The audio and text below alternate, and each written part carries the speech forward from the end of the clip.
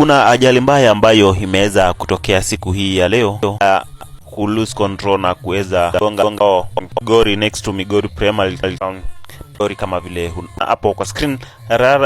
Kinara wa ODM Raila Amolo Odinga kupitia ukurasa wake wa kijamii wa Twitter ameweza kurespond, na kama vile unaona hapo ameweza kutuma rambirambi zake kwa watu ambao wameweza kupoteza maisha katika hiyo ajali ambayo imefanyika siku hii ya leo.